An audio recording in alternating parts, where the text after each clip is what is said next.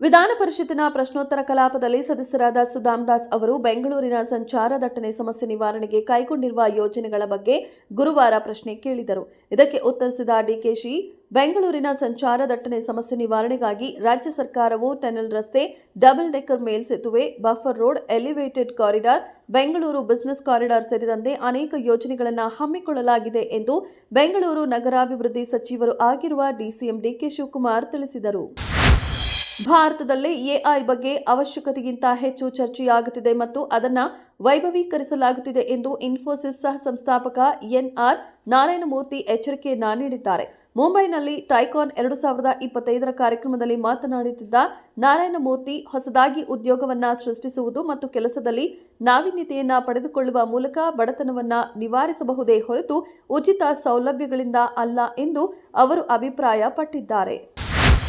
ಕರ್ನಾಟಕದ ಒಟ್ಟು ಸಾಲದಲ್ಲಿ ಸಿಎಂ ಸಿದ್ದರಾಮಯ್ಯ ಅವರ ಪಾಲು 63%ರಷ್ಟಿದೆ. ಆರ್ಥಿಕ ತಜ್ಞ ಎಂದು ಕರೆಸಿಕೊಳ್ಳುವ ಸಿದ್ದರಾಮಯ್ಯ ಅವರು ಸಾಲದಲ್ಲೂ ಮುಂದಿದ್ದಾರೆ ಎಂದು ವಿರೋಧ ಪಕ್ಷದ ನಾಯಕ ಆರ್ ಅಶೋಕ್ ವಿವರಿಸಿದರು. ವಿಧಾನಸಭೆಯಲ್ಲಿ ಬಜೆಟ್ ಮೇಲಿನ ಚರ್ಚೆಯಲ್ಲಿ ಭಾಗಿಯಾಗಿ ಮಾತನಾಡಿದ ಅವರು, ರಾಜ್ಯದ ಸಾಲದ ಲೆಕ್ಕ, ಯಾವ ಆರ್ಥಿಕ ವರ್ಷದಲ್ಲಿ ಎಷ್ಟು ಸಾಲ ಮಾಡಲಾಗಿದೆ ಎಂಬುದನ್ನು ವಿವರವಾಗಿ ಬಿಚ್ಚಿಟ್ಟರು. ಸದ್ಯ ಕರ್ನಾಟಕದ ಸಾಲ 7,81,095 ಕೋಟಿ ಆಗಿದೆ. ಇದರಲ್ಲಿ ಸಿದ್ದರಾಮಯ್ಯರವರೊಬ್ಬರೇ 4,91,000 ಕೋಟಿ ಸಾಲ ಮಾಡಿದ್ದಾರೆ ಎಂದು ಅಶೋಕ್ ವಿವರಿಸಿದರು. ಬಿಜೆಪಿ ರಾಜ್ಯಾಧ್ಯಕ್ಷ ವಿಜಯೇಂದ್ರ ವಿರುದ್ಧ ರೆಬೆಲ್ ಯತ್ನಾಳ್ ಟೀಮ್ ತಂತ್ರಗಾರಿಕೆ ಮುಂದುವರಿಯುತ್ತಲೇ ಇದೆ. ಇದೀಗ ಯುಗಾದಿ ಬಳಿಕ ಹೊಸ ತಂತ್ರಗಾರಿಕೆಯನ್ನ ಯತ್ನಾಳ್ ಟೀಮ್ ಮಾಡುತ್ತಿದೆ. ಇದಕ್ಕಾಗಿ ರೆಬೆಲ್ ಟೀಮ್ನ ಸದಸ್ಯರು ಕಾರ್ಯತಂತ್ರ ರೂಪಿಸುತ್ತಿದ್ದಾರೆ.